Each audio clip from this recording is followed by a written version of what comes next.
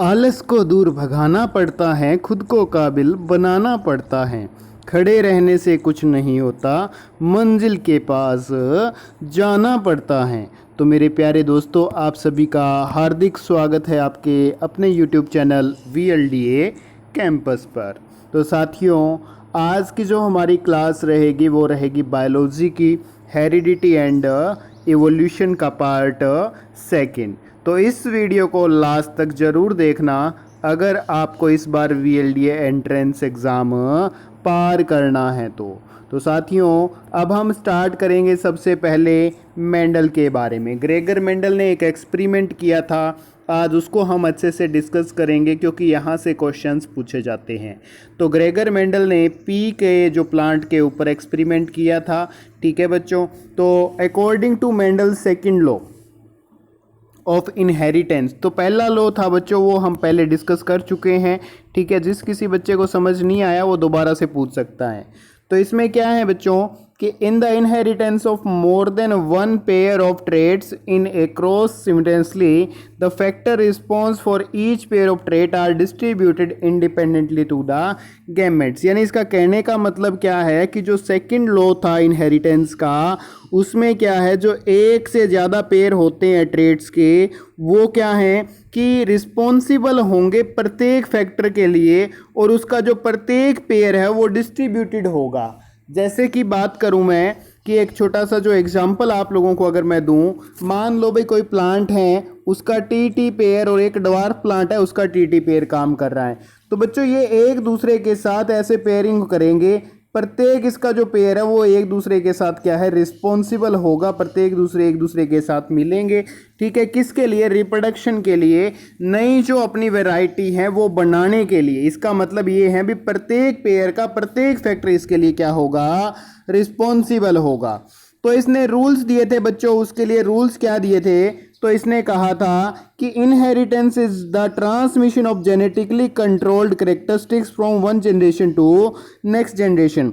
कि जो इनहेरिटेंस है वो क्या है, जेनेटिकली जो कैरेक्टर्स है उनको कंट्रोल करता है, उनको ट्रांसमिट करता है एक जनरेशन से दूसरी जनरेशन में। Now we will study the contribution of Mendel. तो अब हम पढ़ेंगे मेंडल का कंट्रीब्यूशन क्या था, ठीक है, कैसे कैसे उसने अपनी बातें रखी थी, उनके बारे में अब हम पढ़ेंगे। तो बच्चों सबसे पहले इसने बताया था monohybrid inheritance and the law of segregation. पहले सबसे इसने ये रूल दिया था। इस रूल में इसने क्या किया था कि जो मेंडल ने स्टडी की थी इनहेरिटेंस ऑफ कैरेक्टर्स और traits in various generation of the pea plants cultivated by him. उसने कुछ पी के जो प्लांट्स कल्टीवेट किए थे, उन प्लांट्स के ऊपर ही उसने उसके जो अलग अलग कैरेक्टर्स हैं और ट्रेड्स हैं उनको मिक्सअप करके उसने स्टडी की थी बच्चों। और उसी के आधार पे उसने इनहेरिटेंस के बारे में बताया था, क्रोमोसोम्स के बारे में बताया था, जीन्स के बारे में भी उसने बात की थी। तो सबसे पहले मेंडल ने क्या किया, क्रॉस प्योर जो ब्रीड है टॉल पी प्लांट्स की ली, ठीक है, और pure breed dwarf pea plant की ली, और उनको उसने क्या किया बच्चों, प्रोड्यूस किया। तो उस टाइम क्या है, जब उनको उसने मिक्स किया, मिक्स करने के बाद जो प्लांट्स प्रोड्यूस हुए तो वो सारे के सारे टॉल प्लांट्स थे, ठीक है, ड्वार्फ प्लांट्स उनमें नहीं थे। तो उनकी जो फर्स्ट जनरेशन थी वो कौन सी थी बच्चों, टाल प्लांट्स की थी। कैसे इसने एक्सपेरिमेंट किया? इसने एक्सपेरिमेंट ये किया बच्चों कि टी और टी टाल प्लांट ले लिया और स्मॉल प्लांट भी ले लिए, ठीक है, उनके कैरेक्टर्स ले लिए। तो यहाँ जैसे टी मिलेगा तो इस टी से आके ये टी मिलेगा, ठीक है, और जिस टाइम ये टी मिलेगा तो इस टी से भी टी आके मिलेगा, ठीक है। उसके बाद ये टी इधर जाएगा तो ये टी भी इसके साथ मिलेगा, नेक्स्ट ये इधर जाएगा, ठीक है, तो यहाँ भी टी मिलेंगे। यानी ये सारे के सारे जो टी दिखा रहे हैं कैरेक्टर्स, ये किसके हैं बच्चों, एक टाल प्लांट के हैं। तो मेंडल ने दूसरी बात ये कही थी कि Mendel then cross the tall pea plants of the first generation. अब जो उसको प्लांट प्राप्त हुए एफ जनरेशन से, उनको उन्होंने क्या किया, फिर से मतलब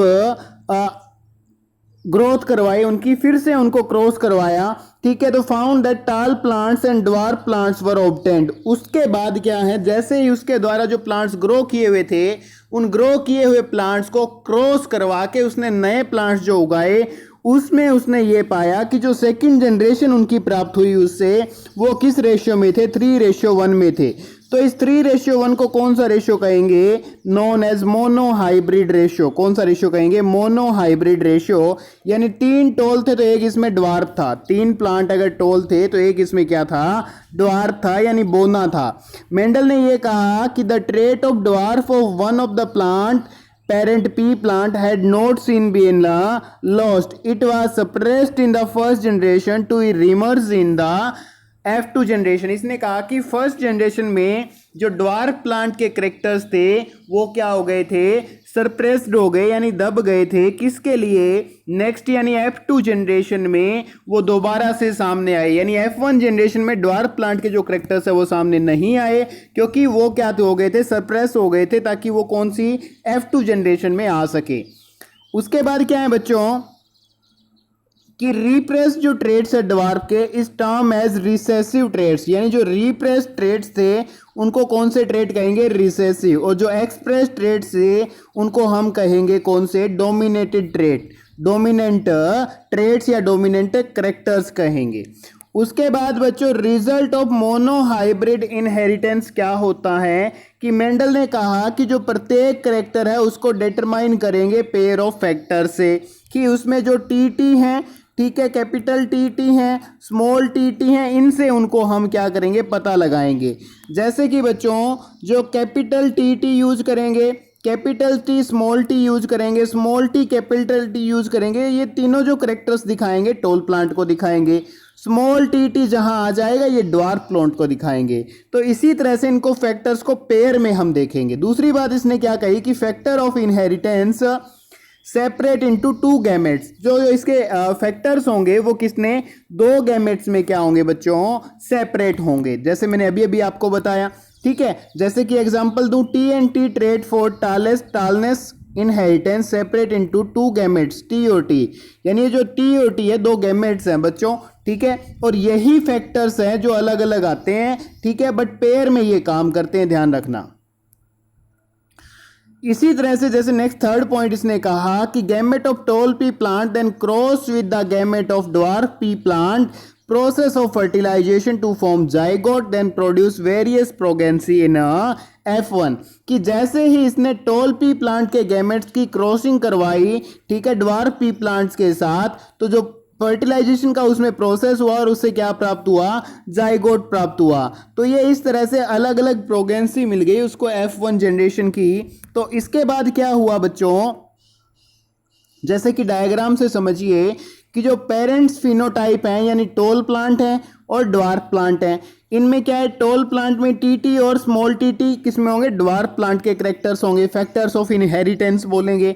अब गैमेट्स क्या हो जाएंगे? टी और टी सेपरेट होंगे तो अलग अलग को गैमेट्स बोल देंगे, ठीक है। इस टी के साथ ये टी क्रॉस करेगा, इस टी के साथ फिर से ये टी क्रॉस करेगा, ठीक है। उसके बाद इस टी के साथ ये टी क्रॉस करेगा, इस टी के साथ ये टी क्रॉस करेगा।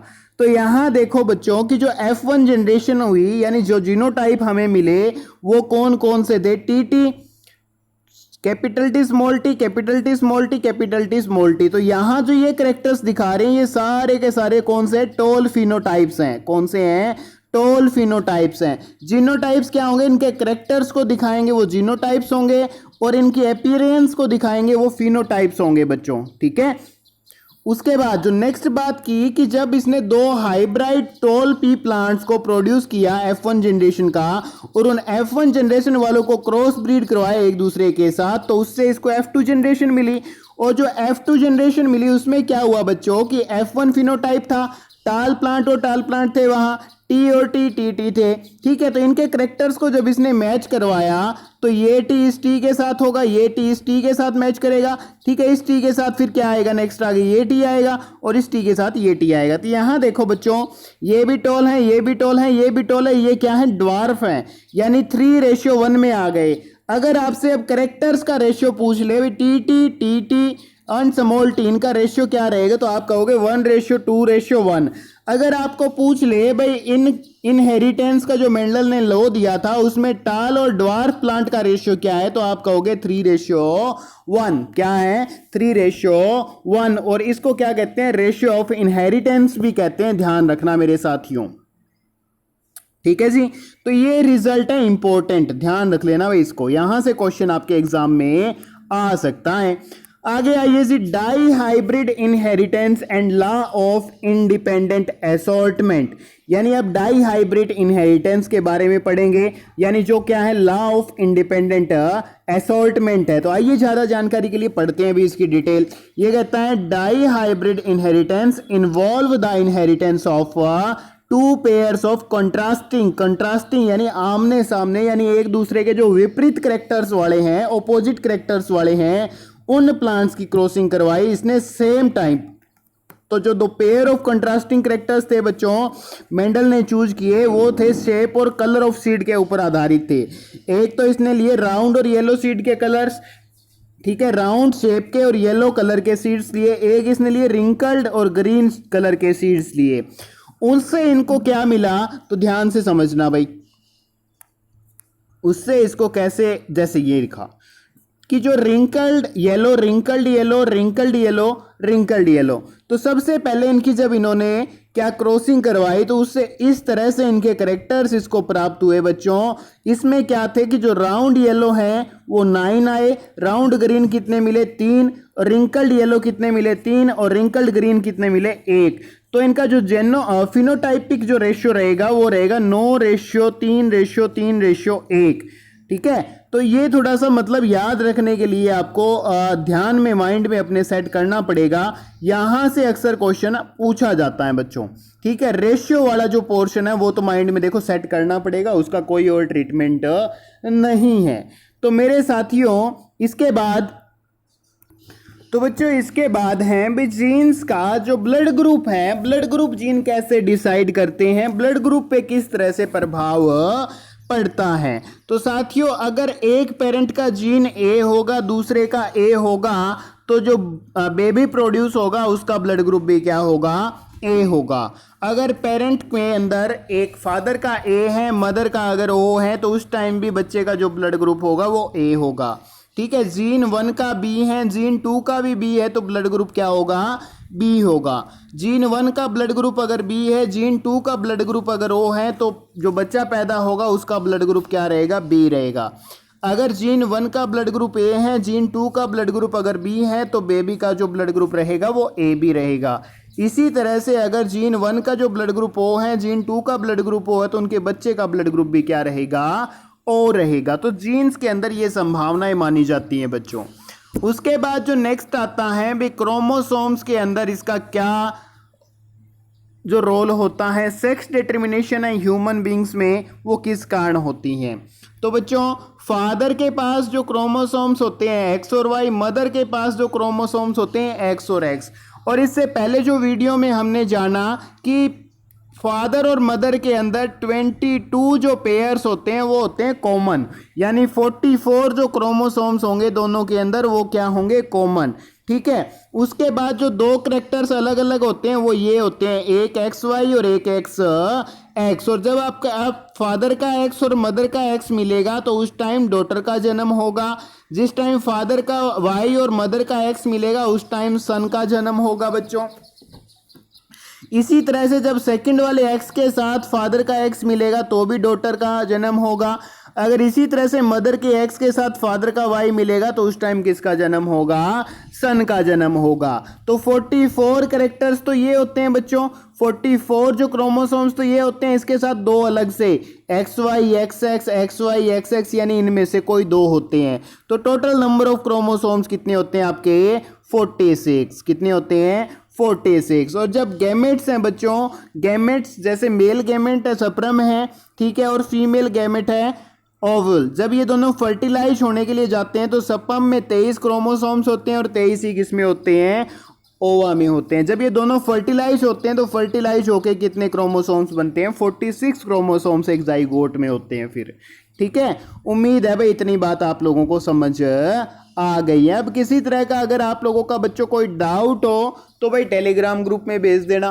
टेलीग्राम ग्रुप को क्यों ज्वाइन करना है, उसके क्या क्या फ़ायदे हैं, तो साथियों जैसे ही अब आपके फॉर्म आएंगे, फॉर्म आपके भाई आने वाले हैं 10 अगस्त तक आपके फॉर्म आ जाएंगे, आपको गुड न्यूज़ मिल जाएगी।